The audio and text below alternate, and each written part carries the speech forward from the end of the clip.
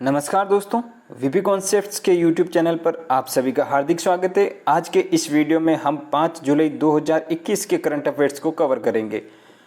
Current affairs को cover करने से पहले हम रोज का एक शुभ विचार यानी मोटिवेशनल कोट्स देखते हैं और आज के इस कोट्स में कुछ पंक्ति हैं। आसमां को झुकाने हम चले हैं, नई बुलंदियों को हम पाने चले हैं, है भरोसा मुझे खुद पर, यूं ही नहीं तूफानों से बाजी लगाने हम चले हैं।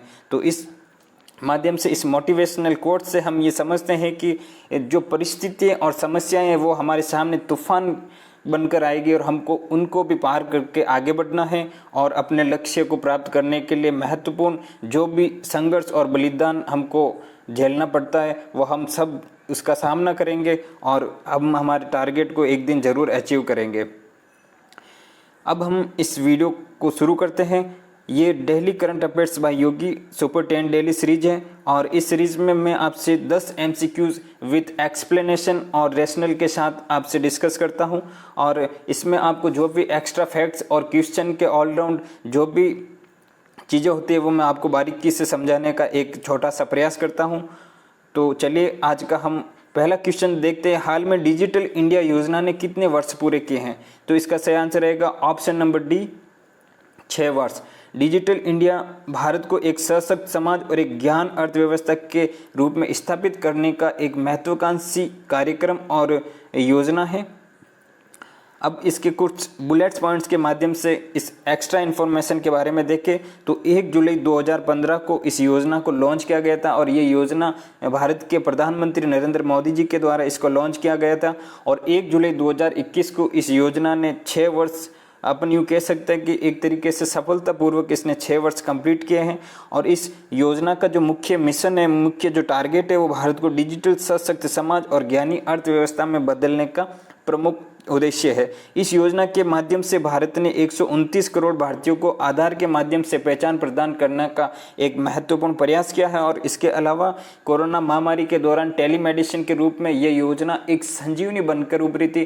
अगर आपको पता हो तो आपने देखा होगा कोविन ऐप के माध्यम से भारत ने एक वृहद टीकाकरण जो मिशन, जो विश्व का सबसे बड़ा टीकाकरण का मिशन है उसको भारत ने लॉन्च किया था और वो सफलतापूर्वक अभी चल भी रहा है। तो इस कोविन ऐप के माध्यम से काफ़ी हद तक भारत को इस टीकाकरण को सफल बनाने में एक मददगार सफलता मिल रही है और ये कहीं ना कहीं एक डिजिटल इंडिया और डिजिटल भारत का जो भारत के प्रधानमंत्री जी हैं उनके जो डिजिटल मिशन का जो सपना है और वो कहीं न कहीं ये सही साबित होता दिख रहा है। और यहाँ पे डिजिटल इंडिया के जो प्रमुख 3 लक्ष्य हैं उनमें नागरिकों के लिए डिजिटल इंफ्रास्ट्रक्चर को मजबूत करना जिससे हर भारतीय डिजिटल चीज़ों को समझे और डिजिटल चीज़ें जितनी ज़्यादा स्ट्रॉन्ग होगी उससे भारत की प्रगति में भी भारत को लाभ मिलेगा और भारत के नागरिकों, विशेष रूप से ग्रामीण परिवेश के जो भी नागरिक होते हैं उनमें काफ़ी जागरूकता देखने को मिलेगी आने वाले टाइम में। और इसके अलावा governance and services on demand भी इसका एक प्रमुख लक्ष्य है और इसके अलावा नागरिकों का डिजिटल सशक्तिकरण करना इस योजना का सबसे प्रमुख लक्ष्य है। यह एक भारत की सबसे महत्वाकांक्षी योजनाओं में से एक है जिसपे भारत की जो अर्थव्यवस्था है इसके ऊपर भारत का एक बहुत बड़ा इम्पैक्ट आपको आने वाले जो फ्यूचर जो 5 से 10 साल है उसमें बहुत बड़ा आपको एक बदलाव देखने को मिलने वाला है। और इस हिसाब से ये आपके आने वाले किसी भी एग्जाम्स के पॉइंट ऑफ व्यू से एक महत्वपूर्ण योजना के रूप में आपको देखने को मिलेगी और इससे आपको ज़रूर कुछ न कुछ इससे फैक्ट्स या फिर इस योजना से रिलेटेड कुछ भी कॉन्सेप्ट्स से आपसे सवाल पूछा जा सकता है। अब बात करते हैं हम क्वेश्चन नंबर 2। हाल ही में वायुसेना में जम्मू कश्मीर राज्य की पहली महिला फाइटर कौन बनी है? तो इसका सही आंसर रहेगा option number C, Muawiya Sudan.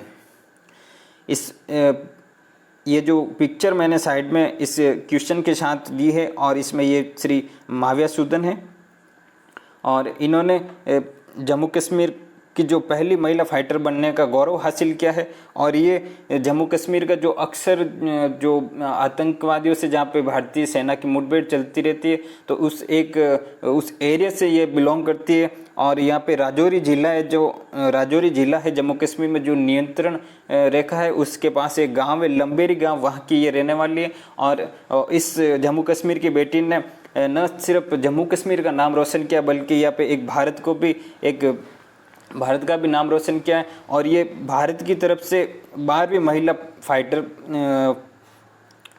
पहली महिला फाइटर भी है, और जम्मू कश्मीर की साइड से पहली और इंडिया की साइड से 12वीं है। अब हम देखते हैं क्वेश्चन नंबर 3। हाल ही में किस राज्य सरकार ने 1 वर्षीय पाठ्यक्रम योग विज्ञान को शुरू करने की घोषणा की है? तो इसका सही आंसर रहेगा ऑप्शन नंबर डी, दिल्ली।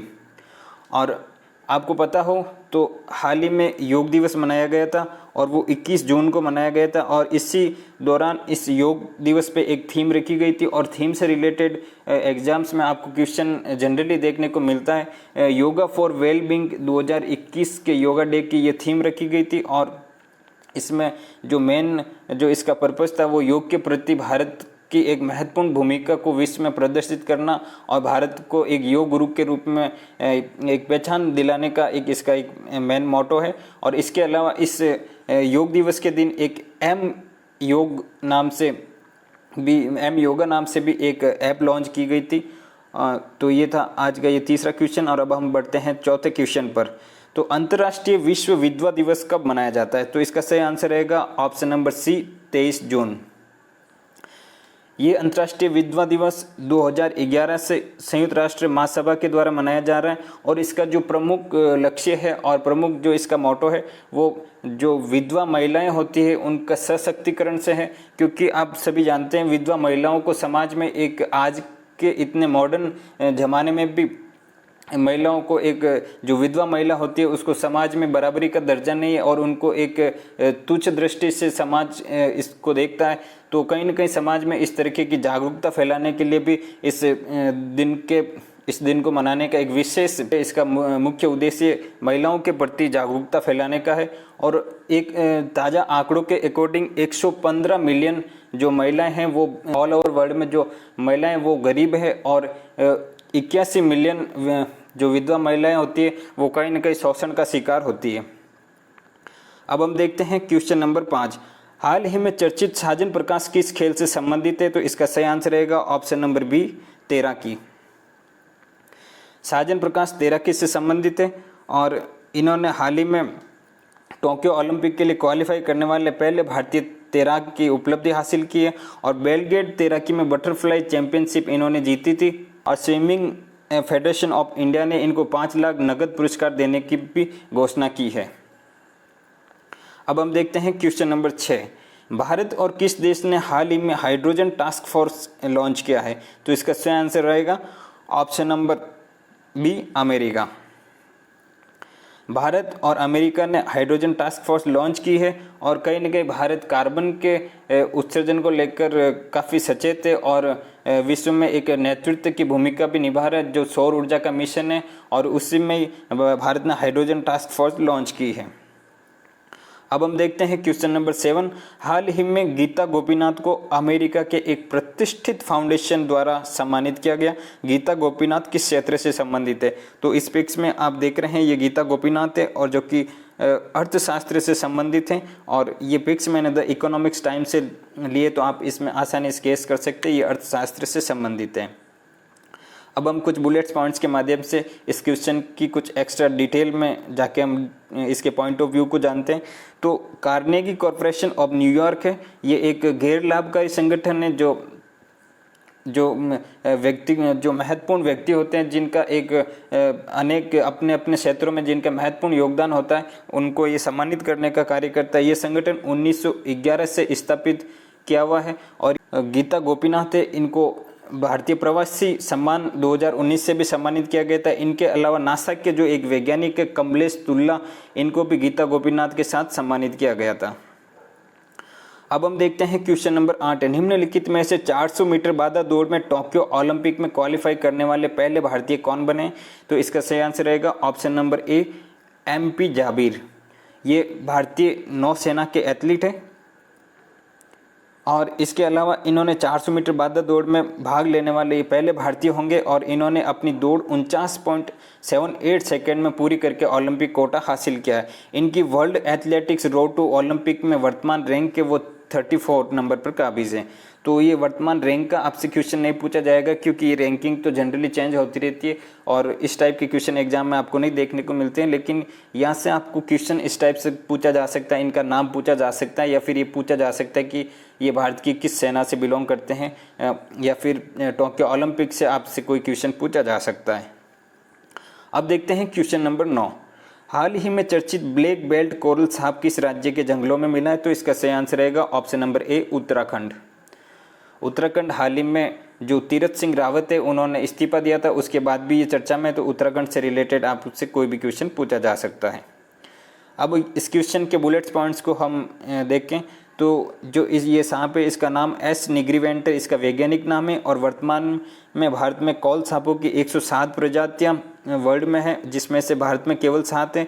और भारत के जहरीले सांप 3 परिवारों से संबंधित होते हैं, एलापीडे, वाइपरीडे और हाइड्रोफीडे। जो एलापीडे होते हैं वो जो बिल बनाकर रहते हैं और ये जहरीले सांप होते हैं।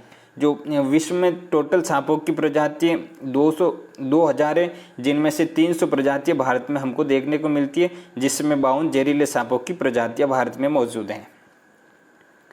अब हम देखते हैं हाल ही में किस बैंक ने अपना 66वां स्थापना दिवस मनाया था? तो इसका सही आंसर रहेगा option number B, State Bank of India. ये स्टेट बैंक ऑफ इंडिया के बारे में बुलेट्स पॉइंट्स में एक मोटे मोटे तौर पर मैं आपको बता दूं। इसकी स्थापना जो हुई थी वो 1955 में। इसको इंपीरियल बैंक से भारतीय स्टेट बैंक के रूप में जाना जाता है, और इसका जो मुख्यालय है वो मुंबई में है। और इसके जो टैगलाइन है बैंक टू एवरी इंडियन, जो कि आप इस बैनर में देख सकते हैं। और इसके अलावा इसमें सबसे बड़ा शेयरधारक LIC है, और वर्तमान में जो इनके जो मेन डायरेक्टर है वो दिनेश कुमार हैं।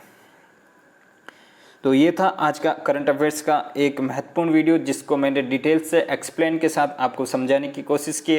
हो सकता है उसके इस वीडियो को समझाने में बीच में कहीं त्रुटि हो गई हो, तो आप उसको अन्यथा नहीं लें। जहाँ पे भी आपको सुधार की गुंजाइश लगती है वो आप मेरे को कमेंट बॉक्स में कमेंट करके ज़रूर बताएं। और इसके अलावा जो भी आपके डाउट्स है वो आप कमेंट बॉक्स में कमेंट करके पूछ सकते हैं। और इस चैनल पर नर्सिंग स्टाफ्स को लेकर भी क्लासेस चलाई जा रही है, तो आप उस क्लासेस का भी फ़ायदा उठा सकते हैं। तो मिलते हैं नेक्स्ट वीडियो में नेक्स्ट नए करंट अफेयर्स के साथ। तब तक के लिए नमस्कार, जय हिंद।